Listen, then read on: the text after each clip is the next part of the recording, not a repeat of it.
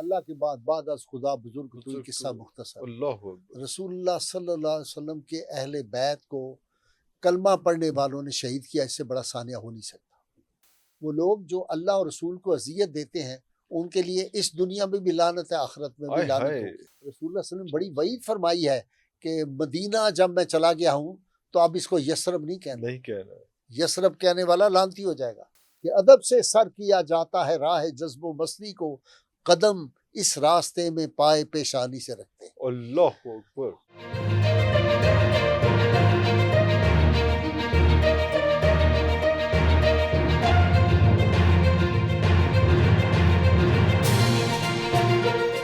ویسا گزر گم کی بات ہو رہی ہے، اہل بیت کی بات ہو رہی ہے، اور یہی چیزیں چلتے ہوئے پھر محرم آتا ہے۔ محرم میں جو ہے ایک بہت بڑا واقعہ مارکہ کرب و بلا ہوتا ہے۔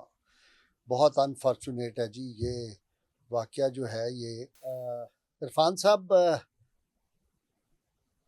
تاریخ انسانی میں اس سے زیادہ اندوناک سانحہ کوئی نہیں ہوا۔ آسمان کی آنکھ نے اس طرح کا نہ سانحہ دیکھا، نہ قیامت تک ایسا ہو سکتا ہے اللہ اکبر۔ کہ کائنات کی سب سے عظیم ہستی، اللہ کے بعد از خدا بزرگ تو یہ قصہ مختصر۔ اللہ اکبر۔ رسول اللہ صلی اللہ علیہ وسلم کے اہل بیت کو کلمہ پڑھنے والوں نے شہید کیا، اس سے بڑا ثانیہ ہو نہیں سکتا۔ یعنی جن کو تعلیم یہ تھی کہ لا ترفعوا اصواتکم فوق صوت النبی، ہائے ہائے۔ تم نبی کریم صلی اللہ علیہ وسلم کی آواز ان کے سامنے آواز بلند اپنی نہ آواز کرنا، اونچی نہیں کرنا۔ حضور سے اونچی آواز آپ نے نہیں کرنی۔ اگر تم یہ کرو گے انتحبط اعمالکم، تمہارے اعمال برباد کر دیے جائیں گے اور تمہیں شعور بھی نہیں ہوگا، ہائے ہائے۔ شو کاز نوٹس نہیں دیا جائے گا۔ نہیں ہوگا، یہ بڑا غور ہے، پتہ بھی نہیں لگنا ہوا کہ ہر پڑھنا کام میں show cause show notes cause ہوتا ہے۔ یہ رسول اللہ کی جو گستاخی ہے اس کو شو کاز نوٹس نہیں نوٹس ہے۔ بھی نہیں اور ہوگا۔ ایک اور بات عرض کر، دنیا میں 2 سزائیں، باقی ہر جرم کی سزا، ہر گناہ کی سزا قیامت کے دن ہوگی۔ 2 جرم ایسے ہیں جن کی سزا اس جہان میں بھی ہوگی اور اس جہان میں بھی ہوگی۔ وہ کیا ہے؟ قرآن نے کہا ان الذین یؤذون اللہ ورسولہ لعنہم اللہ فی الدنیا والآخرہ۔ وہ لوگ جو اللہ اور رسول کو اذیت دیتے ہیں ان کے لیے اس دنیا میں بھی لعنت ہے، آخرت میں بھی لعنت ہوگی۔ اب مجھے بتائیے، ایک سوال میں کرتا ہوں، رسول اللہ صلی اللہ علیہ وسلم کو جتنی اذیت امام حسین کی شہادت اور اپنے سارے خانوادے کی شہادت سے ہوئی ہوگی، اس سے زیادہ اذیت کوئی ہو سکتی کوئی اور ہو سکتی ہے؟ جو رسول اللہ کو اذیت دے، اذیت تو بہت بڑی بات ہے نا، تو بہت بڑا لفظ ہے۔ رسول اللہ کی شان کے خلاف خلاف ایک فکرہ، ایک لفظ نکالے، دار اسلام سے خارج ہے، کافر ہو گیا۔ ہاں۔ حضور صلی اللہ علیہ وسلم کو اگر خاتم النبیین نہیں کہا، مانتا ہے رسول، نبی مانتا ہے، قرآن کو مانتا ہے، قیامت کو مانتا ہے، صحابہ کو مانتا ہے، اہل بیت کو مانتا ہے، لیکن کہتے ہیں حضور خاتم النبیین نہیں ہے، اسی وقت ایمان سے خارج و کافر ہو جاتا ہے۔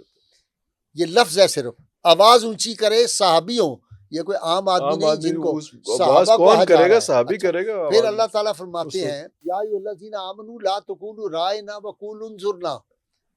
جو منافق تھے نا وہ آ کے رسول اللہ صلی اللہ علیہ وسلم کو، رائنا کا مطلب ہوتا ہے ہماری رعایت فرمائے، جس طرح ہم کہتے ہیں پلیز لسن، پلیز فیور می، وہ کہتے ہیں رائنا، کھینچتے تھے، اس کا مطلب تھا کہ اے ہمارے چرواہے، نعوذ باللہ من ذالک۔ اللہ کو پتا تھا نا صحابہ کی نیت کا، اللہ علیم بذات صدور ہے، دلوں کے راز کو جانتا ہے، اس کو پتا تھا کون کس نیت سے کہہ رہا ہے، رائنا کون کہہ رہا ہے، رائنا کون کہہ رہا ہے۔ اس کے باوجود اللہ نے فرمایا ایسا لفظ جس سے اشتباہ پیدا ہو، غلط فہمی پیدا ہو، مس انڈرسٹینڈنگ پیدا ہو، وہ لفظ صحابہ تم نے بھی نہیں استعمال کرنا۔ لا تقولوا رائنا، تم نے یہ لفظ ہی چھوڑ دینا ہے۔ کیا کہنا ہے؟ وقولوا انظرنا، حضور نظر کرم فرمائے، آئے ہائے، آئے ہائے، نگاہ کرم فرمائے ہماری، آئے ہائے، تم یہ لفظ یوز کرو۔ اگر وہ لفظ یوز کرو گے، اسی طرح رسول اللہ صلی اللہ علیہ وسلم بڑی وعید فرمائی ہے کہ مدینہ جب میں چلا گیا ہوں تو اب اس کو یثرب نہیں کہنا، یثرب کہنے والا لعنتی ہو جائے گا۔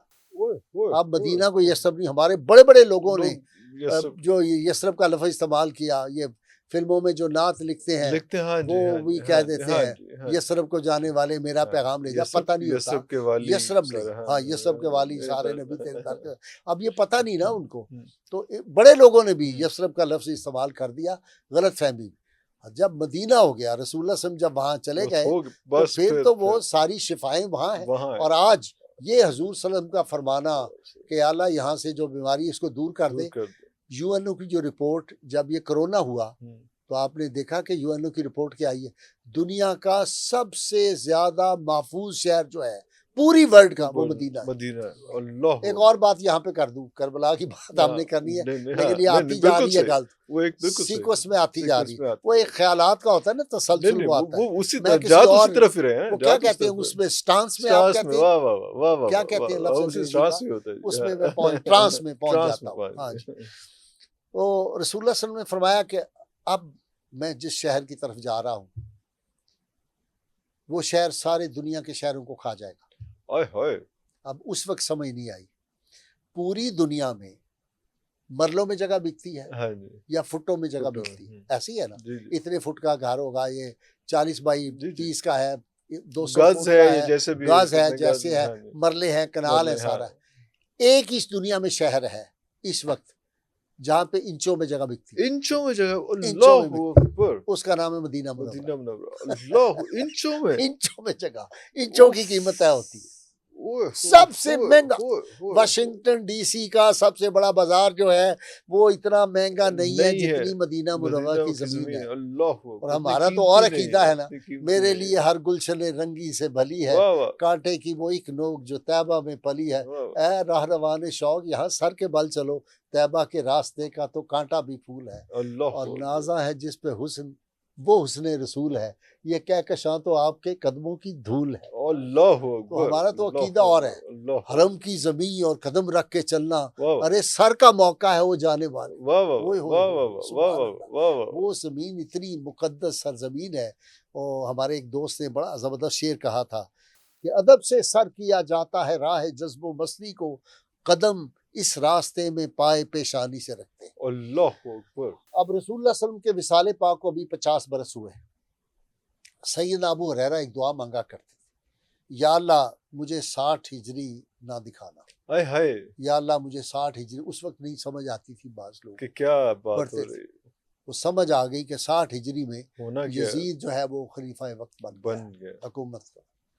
اور میں نے پاکستان میں ایک دفعہ کہہ دیا کہ اسلام کی تباہی کا آغاز اس دن ہوا جس دن یزید جو تھا اس کو ہیڈ آف دی اسٹیٹ بنا دیا گیا.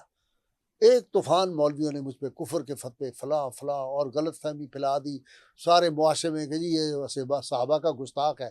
یہ وہ بدبخت لوگ ہیں جو یزید کو صحابہ میں شامل کرتے ہیں.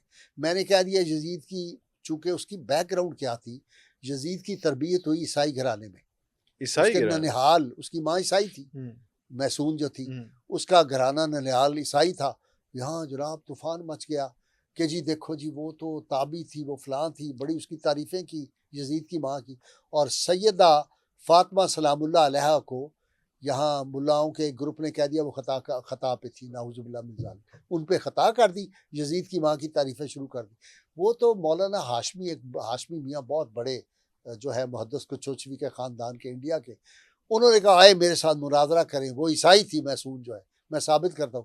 تب یہ دھول جو تھی یہ بیٹھی، تھوڑا سا تب چپ کر گئے. اس وقت جس طرح میں نے سیدہ عائشہ صدیقہ کی عمر مبارک کے بارے میں پروگرام کیے کہ 19 سال تھی، یہ تم ظلم کرتے ہو جو 9 سال کہتے ہو. حضور صلی اللہ علیہ وسلم پہ جتنے اعتراضات آپ کی سیرت پہ ہوئے، جتنی کتابیں ولی میور سے لے کر آج تک ہوئی، وہ سب نے سب سے پہلے یہی عمر عائشہ پہ انگلی اٹھائی. تو اب تو اللہ کا شکر ہے ہمارے دوست نے میرے جو لیکچرز تھے ان کا انگریزی میں ترجمہ کا کتاب بھی لکھ دی ہے. بدر الحسن صاحب علامہ اقبال کے بھی رشتہ دار ہیں، انہوں نے انگریزی میں کتاب لکھی عمر عائشہ 19 ایئرز. سب سے بڑا کنسرن جو ہے وہ باقی ملکوں کا یہی ہوتا ہے.